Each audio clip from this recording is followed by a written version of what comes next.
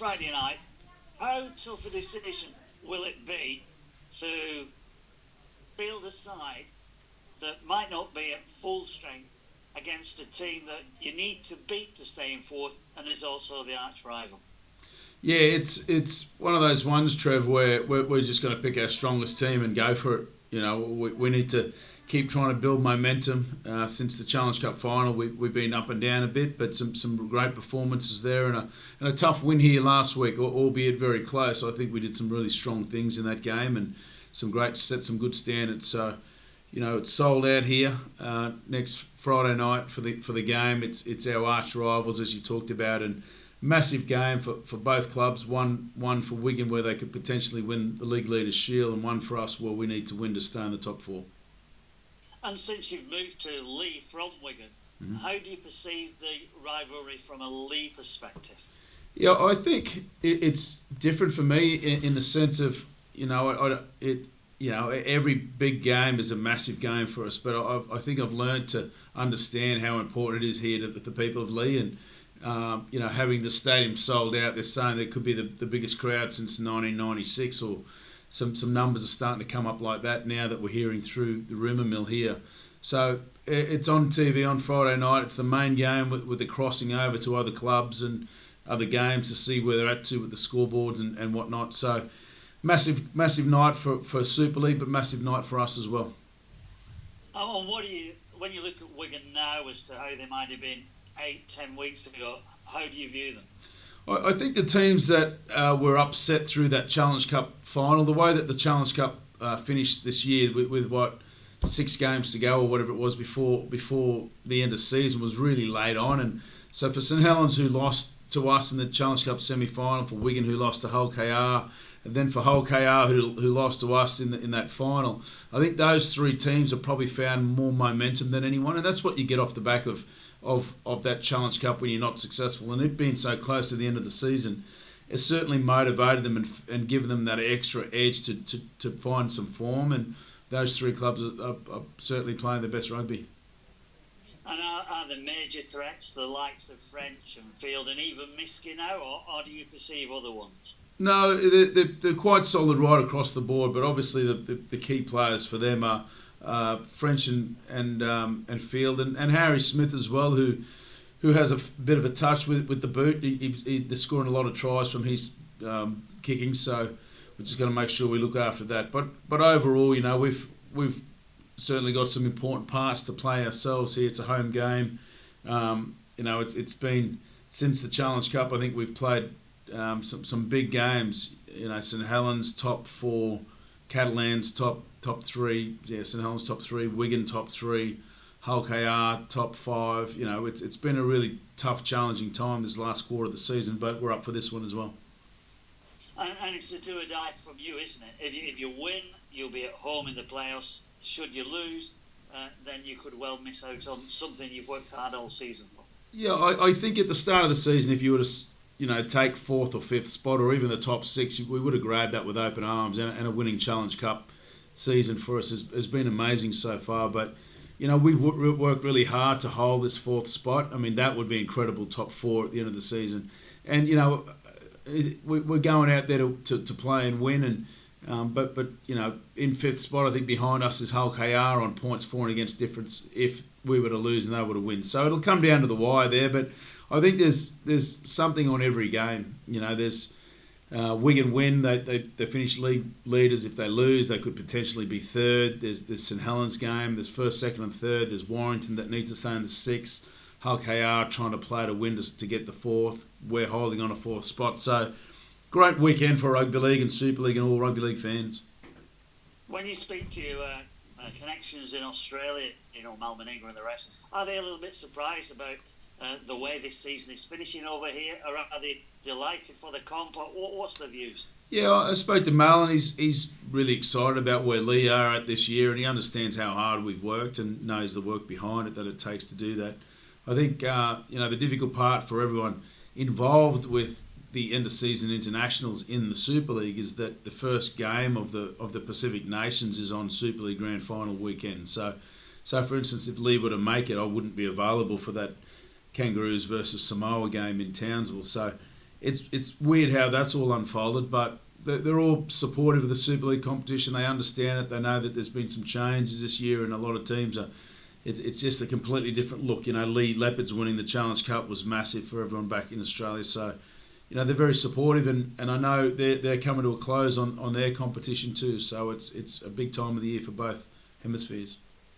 So what are your injuries looking like? You mentioned last week that John Asiata might miss out the next couple of weeks. Yeah. Is he going to do, or are we going to see? Yeah, we'll probably name him in the squad there. And the situation hasn't changed much from last week. We're going to give him every part to be right for this week, and if he plays, he plays. If not, we'll just get on with it and move on with it. We've been quite fortunate this year with minimal injuries, but Zach Hardacre gets a scan tomorrow that we've got to just make sure, see how that sits, and Frankie Holton's in the same position as Asiata. So it's another one where we don't have a full squad leading into the game, but regardless of what happens, whoever comes in to fill in those spots for those boards will do a job. Final question for me then. Wigan have beaten you twice already this season. Does that in any way factor into this game on Friday? No, I think it's there've been different parts of the season where we felt that we were in both games. I think we led both games up until 30 minutes before after the kick-off. So that just says something to all of us, and this is an important match for both teams. But like I said, it's a sold-out crowd. The atmosphere won't get any bigger. We're coming here to play and play tough, and I'm sure they'll feel the same way. So it'll be a massive game for all rugby league fans. Cheers, Adrian. Thanks for me. Thanks, Trev. Lammy, just on those injuries, Frankie Holton, what's the issue with him? He's had a hamstring strain as well. So him and Asiata got the hamstring strain, and Zach Hardacre's got the hand. Is Frankie just because he's not played for so much this season and he's come back? Is that sort of put extra pressure on the hammy, do you think? Yeah, I think so. I think all of that, what we call load here, which is to build up to that point where you're game fit week in, week out for 80 minutes, that's probably caught up with him a little bit, and just felt it go, last week at training. So, it wasn't a bad one. It was just a slight strain, but, we want to give him every opportunity to be right. If it's not right this week, hopefully it's next. You mentioned about Sky cutting between games to see what's going on. I mean, how do you keep your focus on Lee on Friday night? Will you have anybody telling you what's happening elsewhere? That we can't control anything else outside of our stadium here, I think, on Friday night, apart from potentially maybe taking 2 points if we need it at the right time. But apart from that, it's difficult to look elsewhere and hope that things go in your favour when you're playing well here. So our focus is just going to be on the 80 minutes here. Wigan have got to focus for their 80 minutes. They slip up and they lose the league leaders' shield, and it could happen. All three teams could potentially lose in first spot. So it's just a great day for rugby league right across for all fans. And not only the top spot, but for the whole top six, it's in the balance. And as a sort of a side show to this, you've got Mitski and Charnley sort of vying for that Super League top try scorer as well, haven't you? Yeah, it's nice to know that they're all on the same field on Friday night, and it's good that Sky have chosen our game to show that one.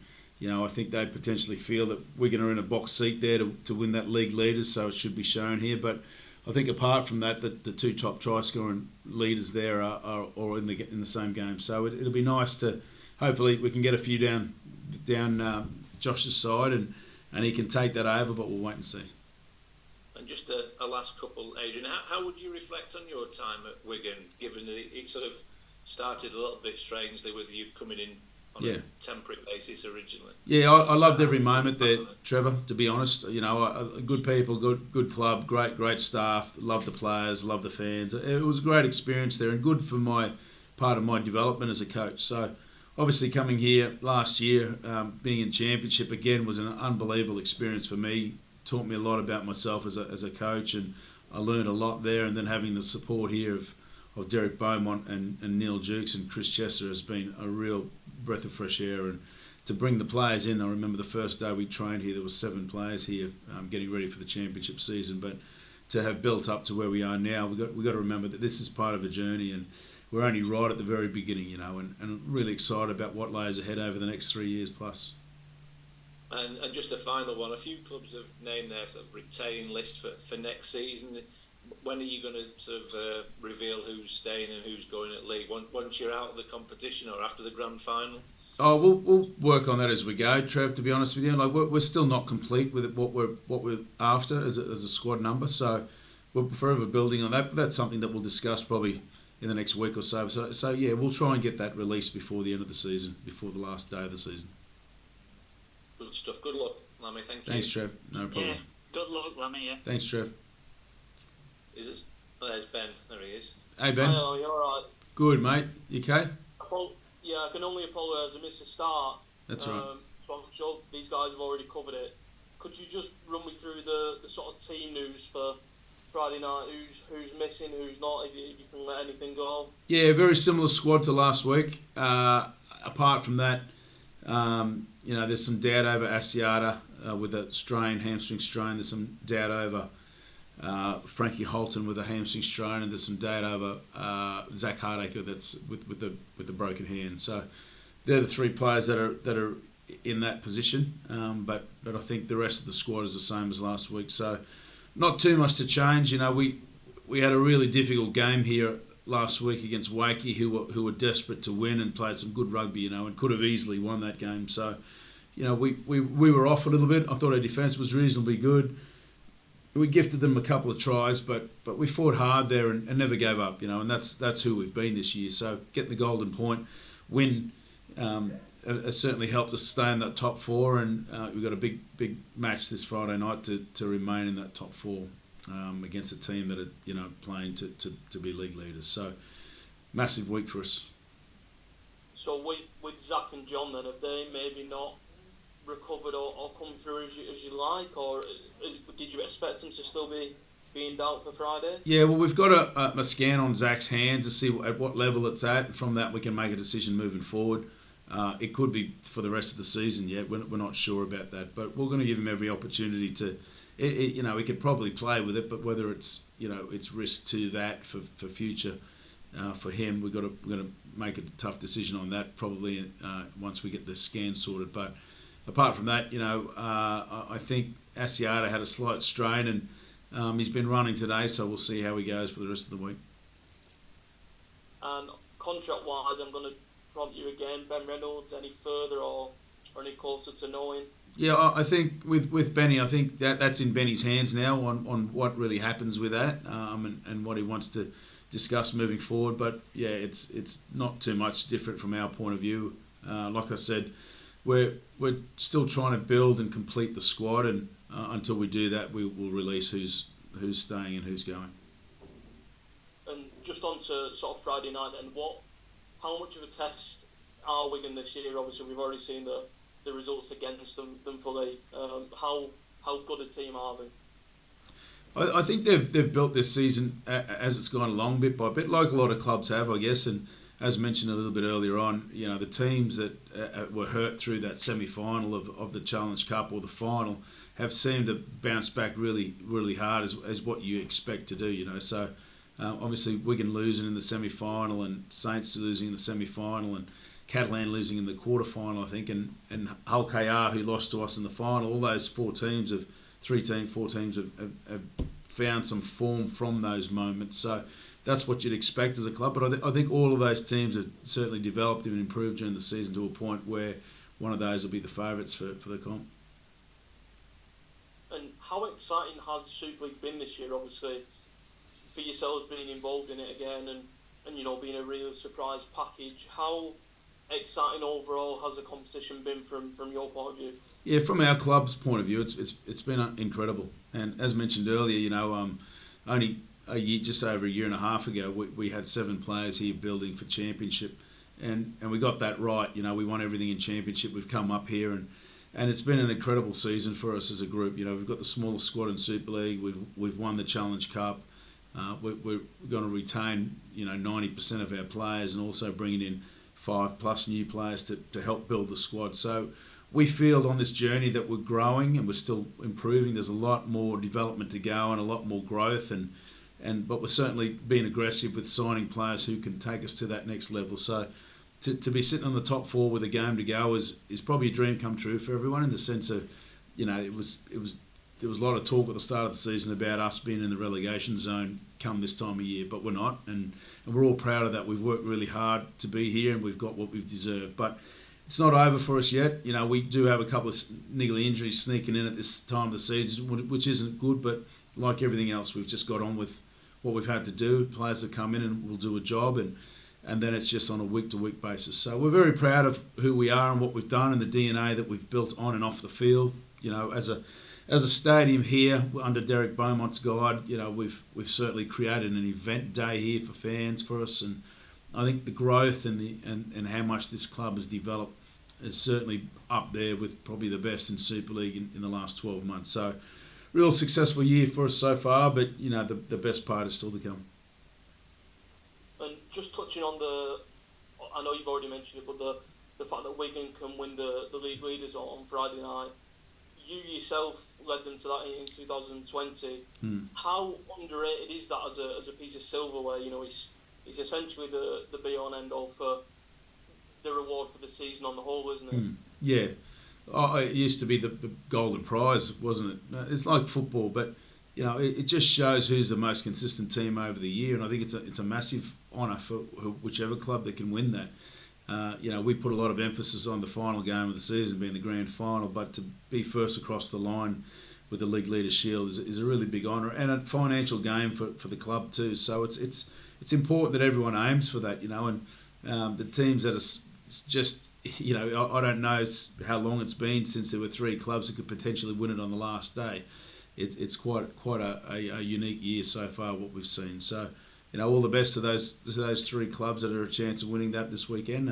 We play Wigan here, and I think the Sky channels feel that they're in a prime position to do that here because they've hosted the game here. But we'll wait and see. Hopefully, we can spoil the party. And just lastly, before I go on, I've got to ask you about the links to Anthony Milford. Is there anything you can add to that? Is there truth in it? Yeah, we haven't signed or spoken about him, Anthony Milford, so far this year. It's a name that's popped up, and I've had people contacting me saying about him. He's a player that I'd like to talk to and potentially get here if it can work, but we haven't made that contact yet, so nothing's come of it. No problem, Larry. Thank you. Good All luck right, Friday thanks, Ben. night. No worries, guys.